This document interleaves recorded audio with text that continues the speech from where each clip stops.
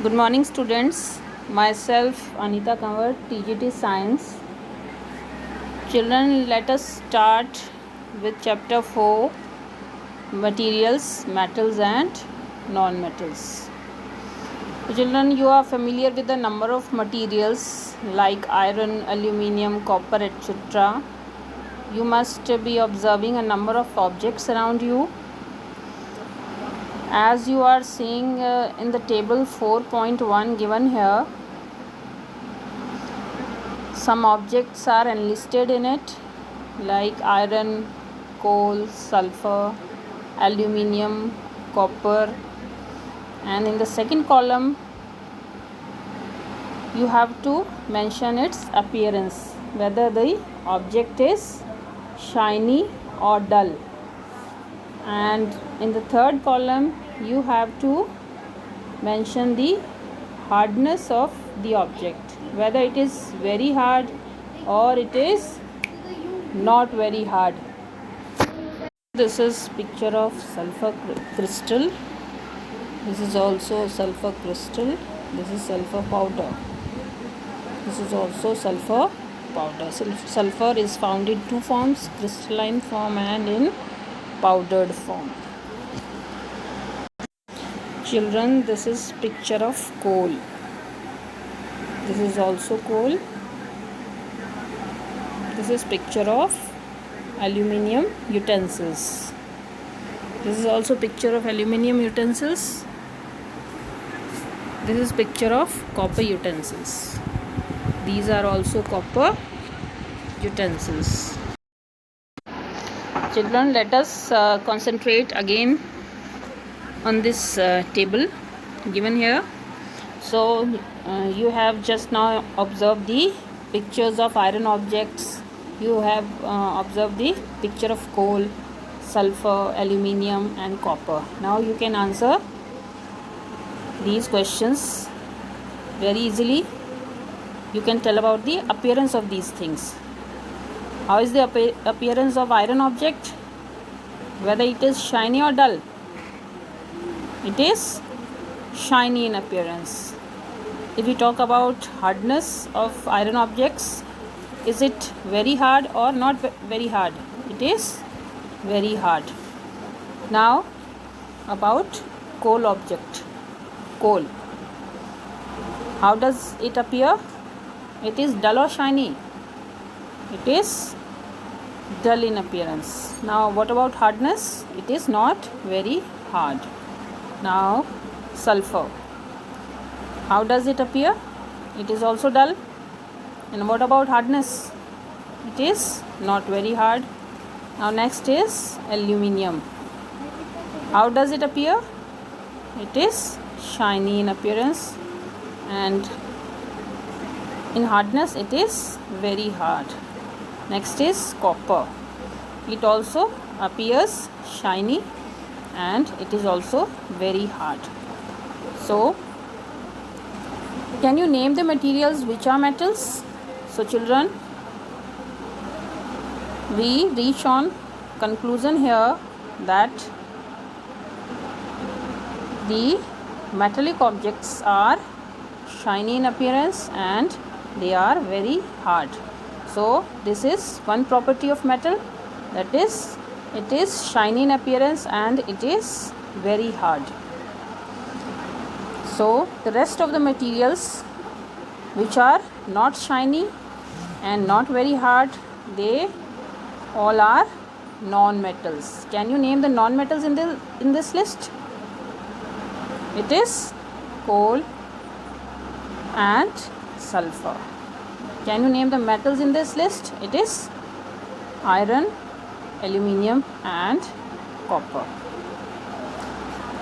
So children, now we shall read about the physical properties of metals and non-metals. Children, have you ever seen a blacksmith beating an iron piece or an article made up of iron, like a spade, shovel, axe, etc.?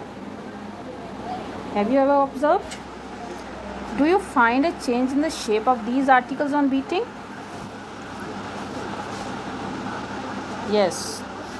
When an smith beats a piece of hot iron or some other metal, then it changes its shape, and in this way he is able to make a spade, a shovel, an axe out of that iron piece. So would you expect similar change if we try to beat a wooden log? Certainly no.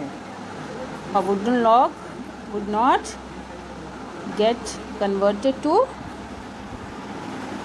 some other thing, or it would not show similar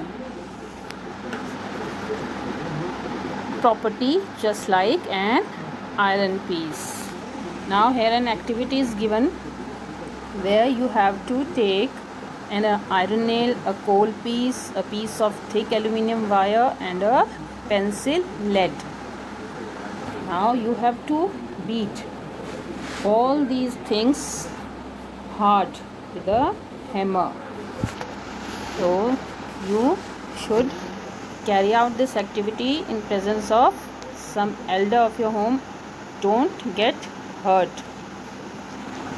So children, what you observe when you beat all these things? Here a table is given here where objects are given: iron nail, coal piece, aluminum wire, and pencil lead. Now in next column you have to fill whether change in shape occurs or not, whether the object flattens or breaks into pieces. This activity you have to perform at home and note down your observations. Now what would you observe? That shape of iron nail and aluminum wire gets changed on beating.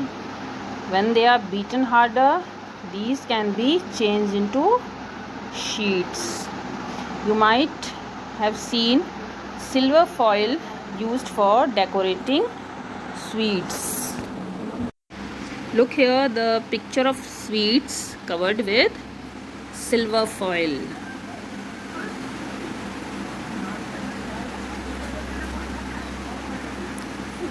You can observe silver foil is applied on these sweets. Similarly, here is aluminium foil, where a piece of aluminum is beaten harder and it gets flattened and is changed into a form of a thin sheet called aluminum foil. For what thing you use aluminum foil? We all use aluminum foil generally for wrapping food items.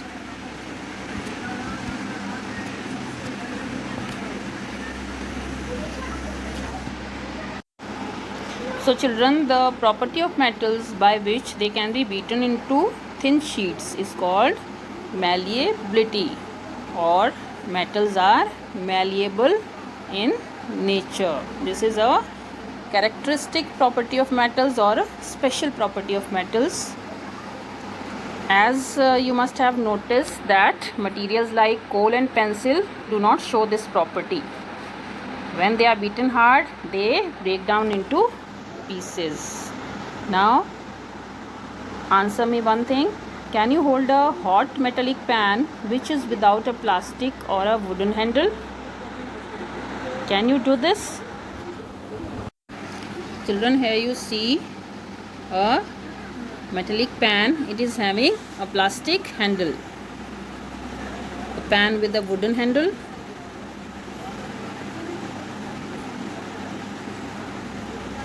Have you ever thought why these cooking utensils are having plastic or wooden handles?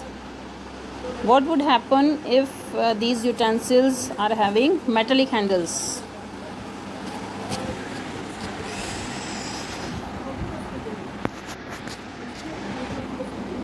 Similarly, children, you must have seen electrician using electrical appliances. All these appliances are having plastic handles or the part with which an electrician holds these instruments is covered with plastic or made of plastic. So this is a screwdriver, this is a plier. So these are having plastic cover on them. If these instruments are not covered with plastic, then an electrician may get an electric shock. So children, next activity, it is an activity which you must have performed in class 6, in which you made an electric circuit to test whether electricity can be passed through an object or not. You might have performed this activity in your 6th class. Now repeat the same activity with these materials and observe whether these materials are good conductors or poor conductors. The materials are iron rod, sulfur, coal piece and copper wire. So what would you observe? You would observe that iron rod, nail and copper wire are good conductors and these conduct electricity very well, while sulfur piece and coal piece are poor conductors. So where do you find the use of aluminium and copper wires, children? Usually the wires used in electricity fitting in our homes are made of aluminium and copper. Have you seen wires of coal? No, definitely not, because coal does not conduct electricity. The property of metal by which it can be drawn into wires is called ductility, or in other words, all the metals are ductile in nature. Have you ever noticed the difference in sound on dropping an iron sheet or plate or a metal coin or a piece of coal on the floor? Try this and you will observe a difference in the sound produced. So, have you seen wooden bells in temples? Certainly, you must not have seen wooden bells in temples. In temples, the bells are usually made of metal. Look at the picture here. Children, metals produce ringing sound, or they are said to be sonorous. The materials other than metals are not sonorous, or they do not produce sound on beating. So after performing the above activities, we can say that some materials which are hard, lustrous, malleable, ductile, sonorous and good conductors of heat and electricity, such materials are called metals, or the materials which generally possess these properties are called metals. The examples of metals are iron, copper, aluminium, calcium, magnesium, etc. In contrast to this, materials like coal and sulfur are soft and dull in appearance. They break down into powdery mass on tapping with hammer. They are not sonorous and are poor conductors of heat and electricity. These materials are called non-metals. The examples of non-metals are sulfur, carbon, oxygen, phosphorus, etc. Now children, some metals like sodium and potassium are soft and can be cut with a knife, in contrary to the rest of the metals which are not so much soft, and rest of the metals cannot be cut with a knife. Mercury is the only metal which is found in liquid state at room temperature. You must have seen mercury in thermometers. So these are some of the exceptions. Now children, that's all for today. Have a nice day.